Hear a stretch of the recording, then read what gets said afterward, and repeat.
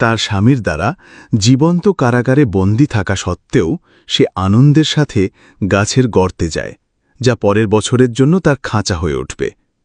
সাবধানে সে তার সঙ্গীর কাছ থেকে তাজা মাটি নেয়, স্তরে স্তরে প্রবেশপথটি সিল করে যতক্ষণ না কেবল একটি সরু ফাটল থাকে, যা খাবার প্রবেশের জন্য যথেষ্ট প্রশস্ত থাকে।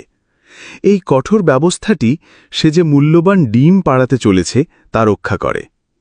এরপর আসে হৃদয় বিদারক ভক্তির এক কাজ। সে একের পর এক তার পালক উপড়ে ফেলে, একটি যন্ত্রণাদায়ক প্রক্রিয়া। খালি সে বাসা সাজানোর জন্য সেগুলি ব্যবহার করে, তার ভবিষ্যতের ছানার উষ্ণতার জন্য তার আরাম বিনিময় করে। কিন্তু আসল পরীক্ষা হল বিচ্ছিন্নতা। 1 বছরের জন্য অন্ধকারে বন্দী, কেবল সঙ্গীর দেখাই বাইরের নির্জনতা ভেঙে দেয়। পুরুষটি কঠোর পরিশ্রম করে, তার লক্ষ্য হল তার বন্দী স্ত্রীকে বাঁচিয়ে রাখা। সে প্রতিদিন খাবার নিয়ে আসে, কিন্তু সে খুব খুঁতখুঁতে, বেচারা জিনিসটি প্রত্যাখ্যান করে।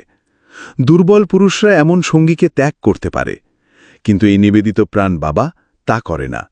সে ক্রমাগত স্বীকার করে, ফল এবং প্রোটিন সমৃদ্ধ পোকামাকড় নিয়ে আসে, যতক্ষণ না সে রাজি হয়। ভারসাম্য গুরুত্বপূর্ণ। তার শক্তিই বাচ্চাদের বেঁচে থাকার নিশ্চয়তা দেয়। কয়েক মাস কঠোর পরিশ্রমের পর 2টি ডিম। এখন আসল সময় শুরু হয়। স্ত্রী যখন ডিম ফোটায়, পুরুষের কাজ 3 গুণ বেড়ে যায়। সে তাকে এবং ছানাদের একটি সরু ফাটল দিয়ে খাওয়ায়। 4 সপ্তাহ পরে মা মাটির প্রাচীর ভেঙে সঙ্গীর সাথে দেখা করে এবং ছানাদের লালন পালন করে। তাদের বন্ধন শুরু হয় একটি অনন্য প্রেমের মাধ্যমে। বাদুরের বাসস্থানে পুরুষ বাদুর প্রতিটি বাদুর ধরে, খাওয়ার জন্য নয়, বরং সম্ভাব্য সঙ্গীকে উপহার দেওয়ার জন্য। উপহারগুলি তার নিষ্ঠা এবং শিকারের দক্ষতা প্রদর্শন করে। মুগ্ধ হলে স্ত্রী তাকে সঙ্গী হিসেবে গ্রহণ করে। প্রাণীদের মধ্যে খুব কম প্রেমের গল্পই প্রাচ্যীয় পাইড হর্নবিলের মতো অনন্য। তারা সারা জীবন জুটি বাঁধে, এবং যদি একজন মারা যায়, তাহলে বেঁচে থাকা সঙ্গী প্রায়ই খায় না বা অন্য সঙ্গী খুঁজে পায় না। কেউ কেউ নিজেরাই ক্ষুধার্ত থাকে। এই নিষ্ঠা তাদের প্রেমিক পাখির উপাধি অর্জন করেছে। তবুও তাদের আনুগত্য তাদের দুর্বল করে তোলে।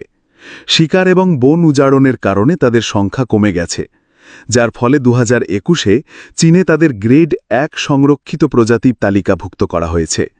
প্রতিটি চুরি যাওয়া পাখি বা কাঁটাযুক্ত গাছ তাদের ভেঙে দেয়। একটি অনন্য ভালোবাসায় আবদ্ধ একটি পরিবার। তাদের ভবিষ্যৎ আমাদের হাতে। তাদের গল্প ভাগ করে নেওয়ার মাধ্যমে আমরা এই পাখি প্রেমীদের জন্য লড়াই করতে পারি। সর্বোপরি এমন এক পৃথিবীতে যেখানে সত্যিকারের ভালোবাসা বিরল, পালক হোক বা মাংস, তাদের সাহস আমাদের সুরক্ষার দাবি রাখে।